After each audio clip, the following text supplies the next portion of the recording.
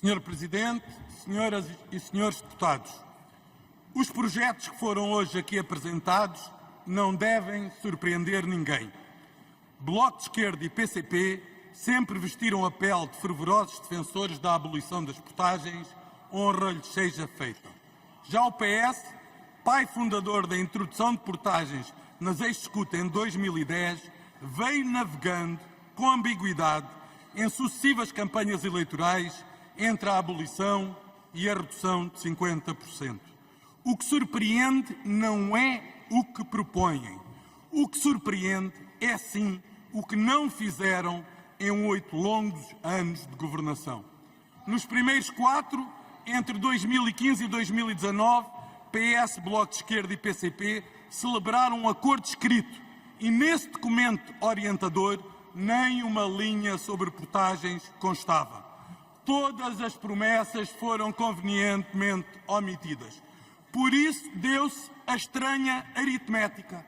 A abolição do Bloco de Esquerda, mais a abolição do PCP, mais a redução do 50% do Partido Socialista, degenerou ao fim de uma legislatura com maioria de esquerda, em que esta era uma das questões que definiam como crítica estrutural, pasme-se, numa redução de 15%. 15%, reparem bem, menos que o valor absoluto de redução de um governo anterior, preso por memorando de entendimento que outros trouxeram e assinaram com a Troika, corria o ano 2012.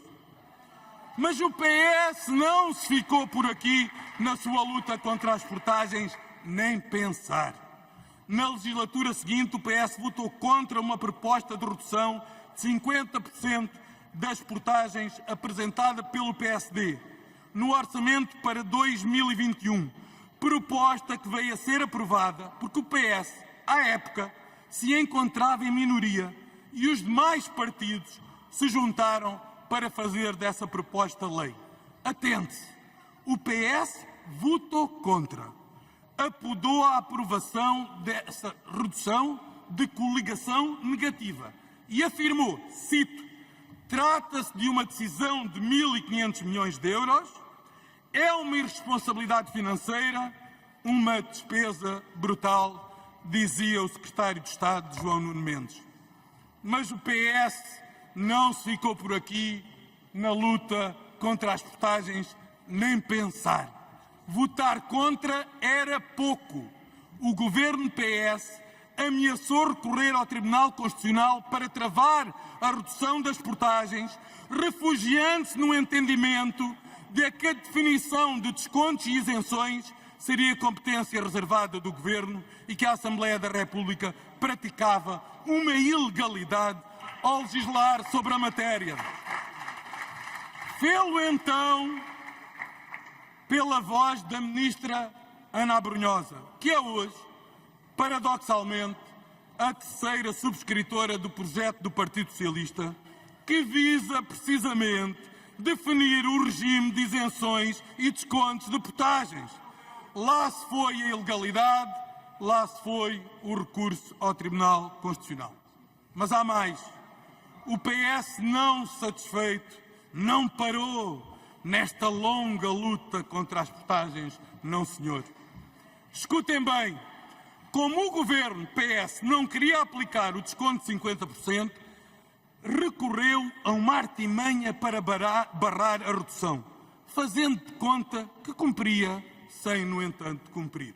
E fê-lo do seguinte modo: revogou os descontos de 15% de 2012 e 2016 e aplicou a redução de 50%, não ao preço em vigor em 2021, mas sim ao preço praticado antes desses descontos. O que resultou, não na redução de 50% feita lei pela Assembleia da República contra a vontade do Partido Socialista, mas sim numa redução de 28%. Incrível, não é? Se me contassem, não acreditaria. E depois de tudo isto, depois de burlar os portugueses, de torpedear uma lei da Assembleia da República, o Governo ainda teve o descaramento de fazer um comunicado a reclamar a autoria do desconto aplicado e a vangloriar-se que essa medida constava no seu programa de governo. Senhor Presidente, senhoras e senhores deputados, era assim que governava o PS. Portugal cansou-se. E durante todo este tempo, durante todos estes episódios, silencioso, porém autor, a tutela desta matéria residia, nem mais nem menos, que no Ministro das Infraestruturas, o inconfundível senhor deputado Pedro Nuno Santos, primeiro subscritor do projeto de abolição que o PS agora apresenta.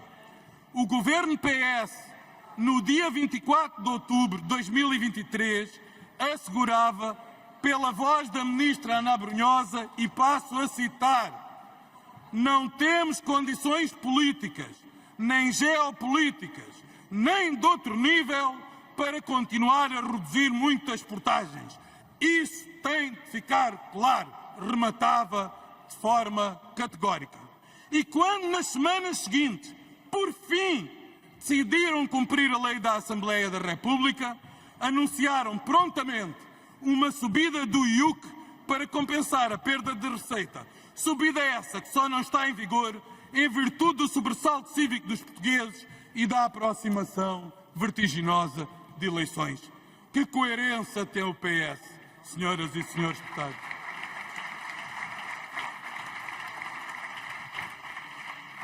A proposta do PS só existe porque o PS está na oposição. Pelos vistos, vai demorar muito a ser uma oposição credível e responsável. Credível porque ninguém confia em quem fez tudo ao contrário do que propõe, e responsável porque esta proposta tem um impacto de cerca de 200 milhões de euros por ano, que o PS, há 6 meses, perante uma proposta com menores impactos financeiros, dizia que a mesma teria de ser compensada. O PS quer hoje o que dizia ser impossível há 6 meses. Junta-se agora o Chega, que exige agora o que ainda ontem via como impossível.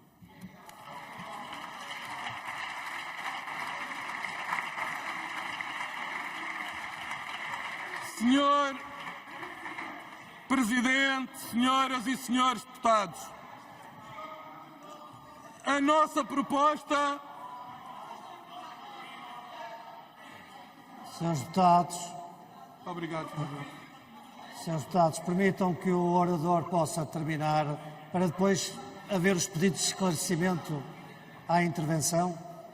Muito obrigado. Senhor Presidente, senhoras e senhores deputados, a nossa proposta é simples, responsável, credível e previsível. Não prometemos a abolição das portagens e talvez tenhamos perdido votos por isso. Não a vamos fazer para ganhar votos só por causa disso. Prometemos o que temos vindo a cumprir, seja no governo ou na oposição: reduzir as portagens de forma gradual e substancial, assegurando a integridade das contas públicas, a remoção de obstáculos à mobilidade, diminuindo custos às famílias e às empresas, os quais são particularmente sentidos no interior e no Algarve.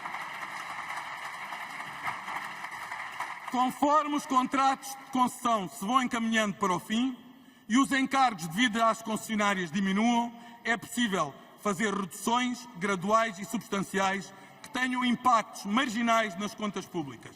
Desse modo, todos ficarão a ganhar.